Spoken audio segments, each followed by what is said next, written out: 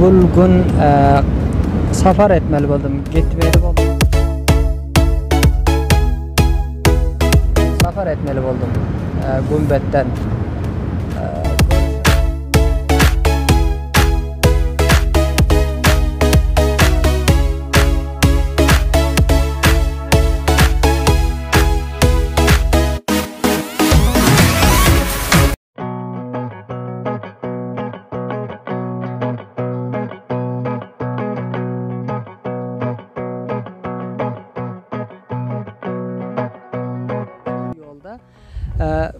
Gördüğünüz ki videoları yollardan sizlere gösterdim. Bazı videoları hazır bizler ısı olduğu için, hava kızgın olduğu için bizler geldik bir azrak istirahat eteli tarafı zat yel dedik birlikte.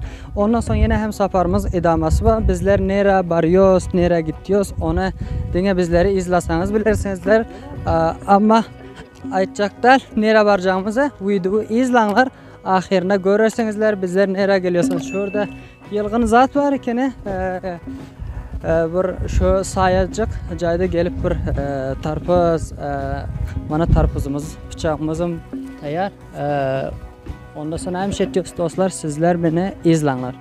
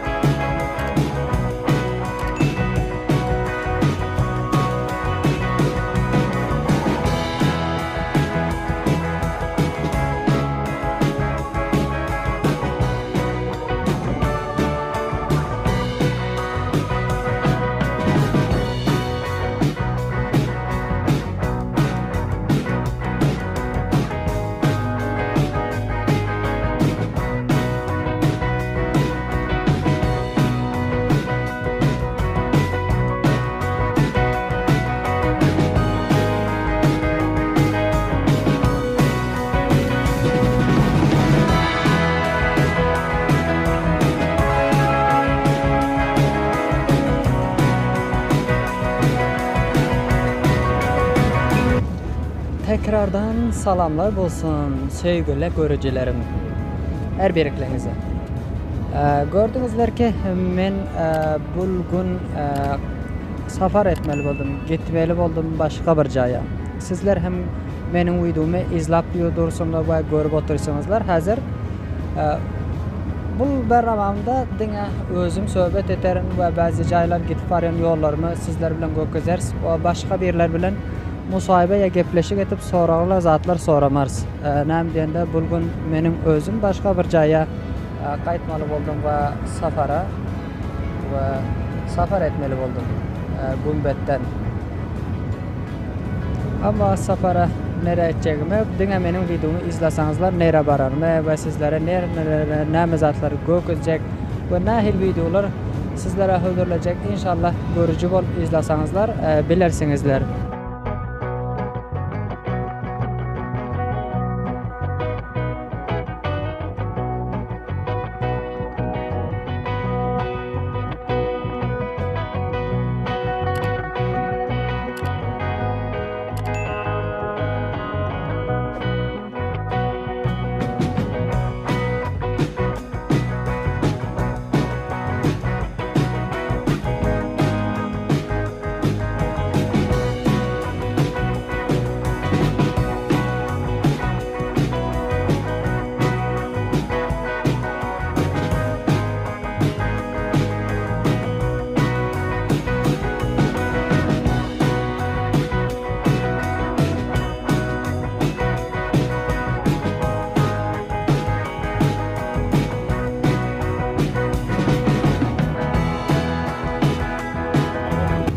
başlarlarına suda böyle kaltak vurup, suda böyle kaltak vurup, o zaman ben de bu da oğurluk yok, rahat yok, gördüğümden bir tane aya yalıklayıp kaçmandım.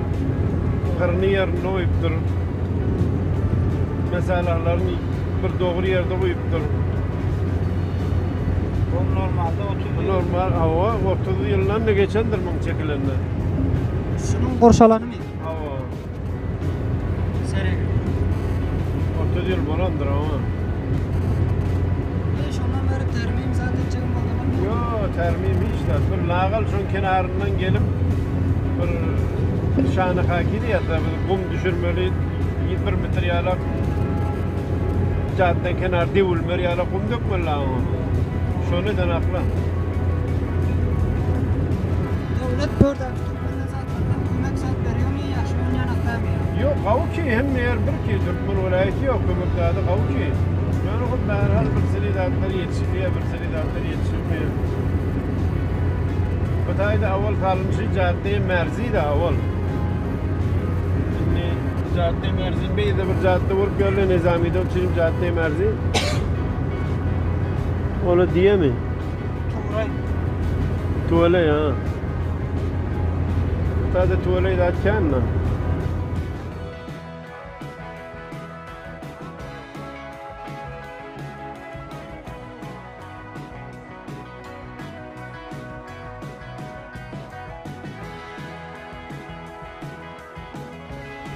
Türkmeni dünya tanıdan şahana şairimiz Maxtumquli Firag'i. Bugün Maxtumquli Firag'ining büyük ziyaretine geldik. Ve Maxtumquli Firag'ini bugün ziyaret edip bunun haklarına, arvahlarına dua ederiz. Bizlere dünya Türkmenleri, dünya tanıştan Maxtumquli Firag'i şairimiz şiirden ve yazgılar ve şiirler yazıp bugün Türkmen Sahranın Mervetefe diyon obasının kışlağının geldik. Maxtumquli Firag'imizin ziyaretgahı kabre bilişiniz yanak İran'ın Günbet diyon vilayetinin Mervetepe diyon şehrinde caylaşan. Ekseren her bir Türkmenin buysancı iftiharı olan şairimiz için bizler Türkmen desek Maxtumquli'nin şiirlerini, zatlarını okusak her bir bir Türkmende dünya bunların şiirlerine, zatlarına iftihar ediyor. Maxtumquli Firag'i yaşlıq davrında ve köfrek hem şiir, zatlar bilen meşgul olup son iftidai derslerine atasından öğreniyor. Köprek hem Parsi ve Arap dillerinde bu talime ve şol okumanını atasının yanında başlıyor. Ondan sonra asla şiir yazmana başlıyor. Ondan sonra şiiri başlandan sonra son şairlik ve şu dünya gelip ve kitap zatlar başlayıp ondan sonra bir seri malumat zatlar ve buradanım inşallah sizlere bolduğunca malumatlar veririz ve Maxtumquli'nin makbarası ya kabri desek Türkmenler zahmetler etip bunun bir belli nişanlı bir cayını dolu şekilde dolu kurşap zat edip bunun ziyaretine dine bu Türkmenler de dünyadan gelip bunu seyahat ediyor, seyahatçılar gelip ve Maxtumquli büyük şairimizin kabirlerine gelip ziyaretler ediyorlar ve hayır dualar edip bunların haklarına ve arvahlarına bağışlıyorlar. Onda aziz görücüler bizlere hem varıyoruz büyük şairimiz bizlere Türkmeni dünya tanıştıran şairimizin varıp mağfiralarına ve bunların arvahlarına dualar ediyoruz ve sizlere hem büyük şairimizin Maxtumquli Firag'ining kimligini, zatlığının barasında neçilenci yılda doğuldu ve qaysi yılda vefat etti. Bu barasında hem sizlere bizler bu videomuzda aytarız. Bu atasının kabri olmalı. Devlet Muhammed Azadi. Bu hem büyük şairimiz, barazana şairimiz Maxtumquli Firag'imizin kabirleri ve bunların haklarına, arvahlarına ve Türkmen için etiketen Türkmen'i dünya tanıştıran ve dünya tanıttıran için bunların arvahlarına ve geçmişlerine bizler hayır dualar ediyoruz. Onda aziz dostlar bizler büyük şairimizin haklarına dua ediyoruz. Ondan sonra bizler sizler bilen bulup malumatlarımızı son sizlere göndeririz.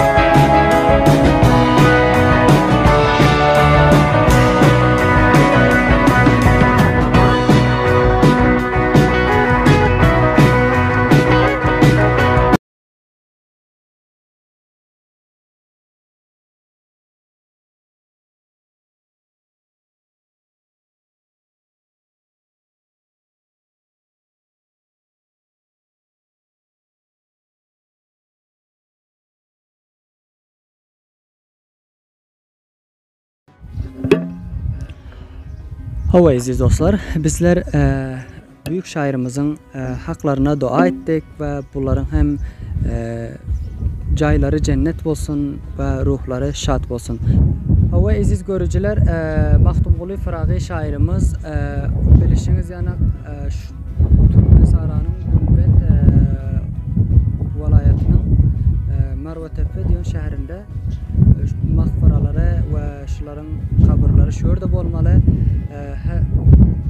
Bu kabirler biriga hem atası hem özü şurada caylaşan ve şurada İran'da şurada hem dünyadan ötüp şurada gömeller ve İran Türkmenleri hem başka dünyadan ya büyük şairimizin ziyaretlerine, zatlarına gelse deyip bunlar hem zahmetler çekip ziyaret gayesini bir yaxşı şekilde qurşab zat etip koyarlar. Onun için her birliklerden Türkmenlerimizden hem minnettarlık bildiriyoruz. Ve dostlar bizlerin bugünkü kota videomuz şairimiz Maxtumquli Firaqi'nin ziyaretgahını sizlere gösterip ve bunların buradaki dünyanın öten cayının ziyaretgahını sizlere gösterdik ve sizler hem görücü olup bizleri gördünüzler. Her birliklerinizden minnettarlık bildiriyoruz. Bizlerin köprek güzarışlarımızı sizler her yerden izlediğinizler İran'dan. Yine hem bizlerin güzarışlarımız şırakam ziyaretgahlardan, Türkmenin milli libasları ve şehirlerden, obalardan bolar inşallah. Ondasa bizleri izlanlar, bizlere görücü bolunlar. Benim kanalımı takip edin ve kanalımı paylaşınlar. Her birliklerinizden can sağlık arzu ediyorum. Sizlere yaradan büyük Tengri Taala tapşırıyorum. Hayır, hoş kalınlar.